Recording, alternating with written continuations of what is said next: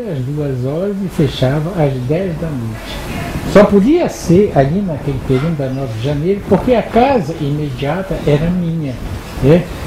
E sendo minha, já aliviava um pouco aqueles custos, né? Os custos de cozinha, os custos de vigilância, etc., que eu estava ali perto. Quanto ao abastecimento de obras, né, eu tinha um grande apoio do Valdir Sarudo de Medeiros. Primeiro Valdir Sarudo de Medeiros, que me apresentava e me avalizava perante os artistas plásticos paulistas. Quer dizer, eu em Belém não comprava, né, de galeria de São Paulo, ou do Rio, ou de qualquer lugar. Eu frequentava, desde aquele tempo, as casas e os ateliês desses artistas importantes de São Paulo. Não era só o Valdir Sarudo que fazia isso, começou com o Valdir Sarudo, mas outras pessoas foram me ajudando. O Cláudio Tosi é um, que é meu amigo até hoje, e é um dos maiores artistas brasileiros. O Rubens Gessman também, Valdo Granato, tudo isso, Antônio Vitor da Silva, né? Essas pessoas muito me ajudavam nisso, de me apresentar, e em off ou não, dizer que eu era uma pessoa séria. Porque tem um detalhe interessante, né? Eu não tinha consignação. Todas as obras que vinham para a galeria eram pagas imediatamente. Este era o meu sistema. Nunca confundir as coisas, o fato de ser amigo de um artista, levar as obras em consignação e ficar naquele processo interminável de prestação de contas, vendeu, não vendeu, o que aconteceu, o que não aconteceu, não, né? Mesmo as exposições mais pesadas, aquelas pessoas de maior currículo, né, eram pagas à vista.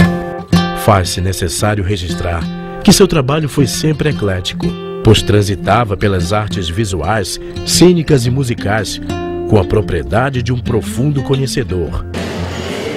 Eu tive uma grata satisfação em 99 de receber um convite do Gileno Chaves para fazer uma individual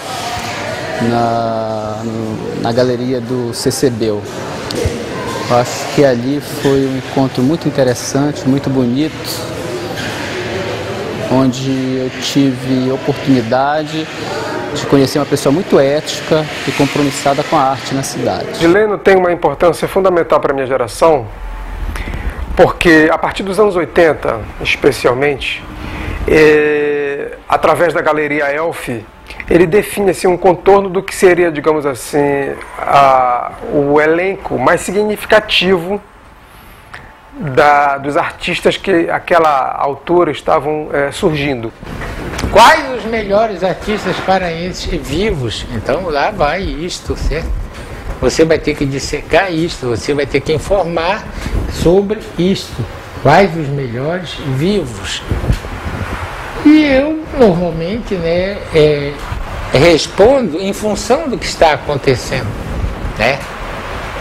Então, em termos de artes plásticas, eu não tenho dúvida nenhuma que a pessoa mais atuante e a pessoa que tem um trabalho diário sobre isso é o Emmanuel Nassar, artista plástico paraense, natural de Capanema, que estava com uma exposição maravilhosa em São Paulo, né?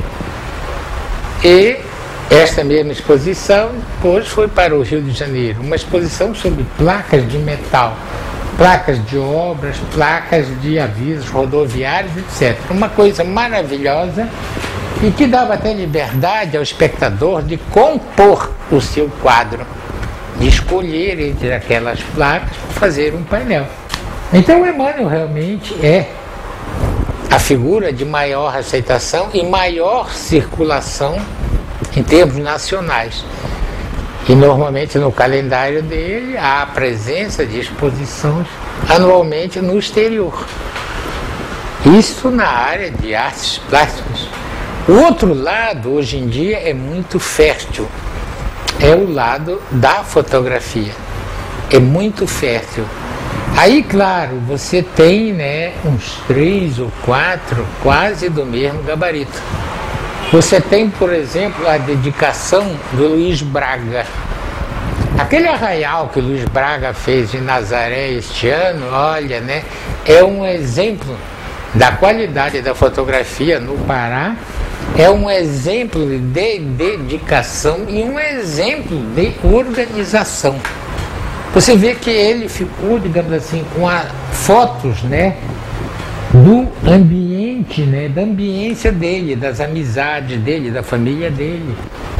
Marconi Moreira é uma pessoa que vive em Marabá e que foi descoberto nas oficinas da UNAMA.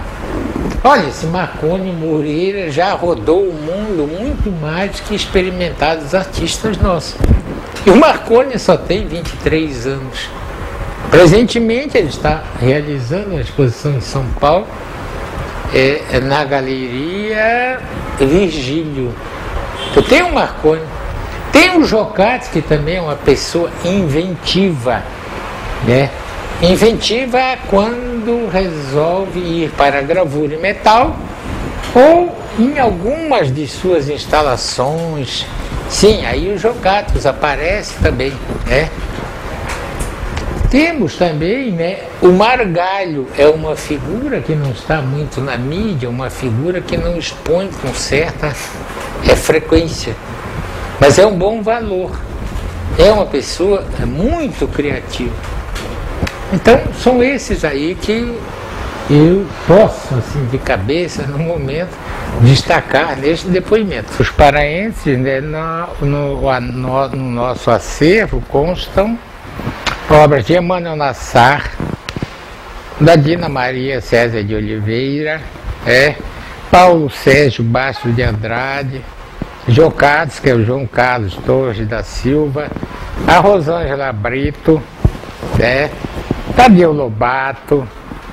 E na área de fotografia nós temos trabalhos da Valda Marques, do Miguel Chicaoca e coisas do nosso consumo pessoal, do Luiz Braga. Isso exemplificando, né, um vasto elenco que nós temos aqui depositado e guardado nessa galeria. A galeria se compõe basicamente, né, de um ambiente de recepção, que seria mais ou menos este, de 2 salas, né, para exposição de obras de arte, pode ser tanto a pintura como a escultura, qualquer modalidade é factível de ser exposta, e dispõe também de um acervo, né, sobre o currículo desses artistas. Cada artista tem uma sua parte específica, quer ele seja de Belém ou fora de Belém, aonde nós colecionamos, né, dados da sua biografia, colecionamos currículos, colecionamos fotos, colecionamos entrevistas, notícias recolhidas de jornais e de revistas. É isso aí que tem. Temos uma parte, né, onde fica guardado sobretudo o acervo de pinturas. E nesse mesmo ambiente uma mini biblioteca sobre arte.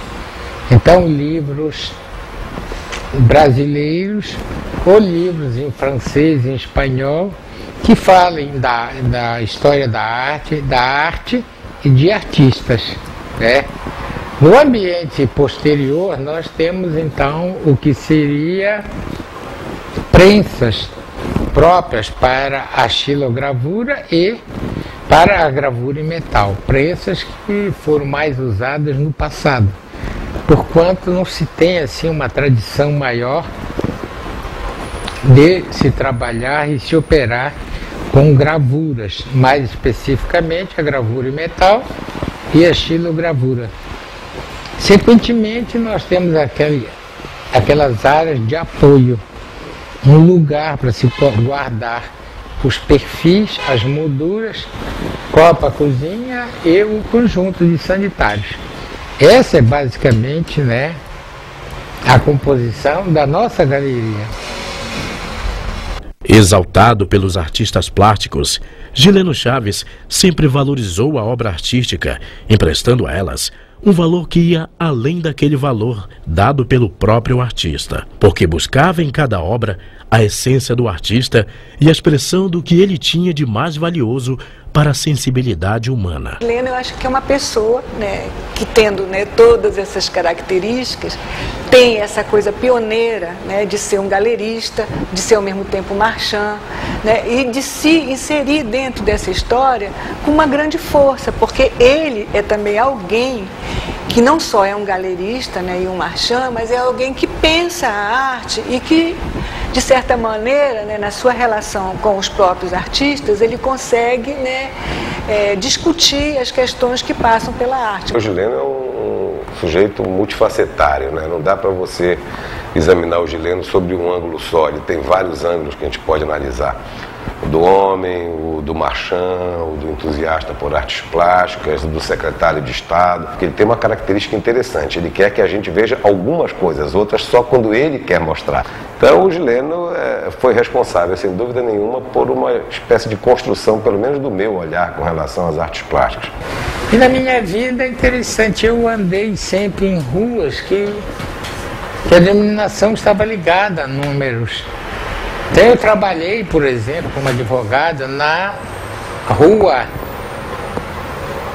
13 de Maio, e morei na rua 9 de Janeiro. E resolvi ficar no meio, 9, 13, 22, divididos por 2 dá 11. 11 em alemão, como eu disse, é Elf. Então ficou Elf Galeria de Arte mantida, né? Essa coincidência de números. É de comum acordo entre os artistas que se trata de uma personalidade capaz de formar opinião dentro da área artística, devido ao seu vasto conhecimento e da sua participação efetiva na formação dos artistas plásticos das décadas de 70 e 80 no Pará.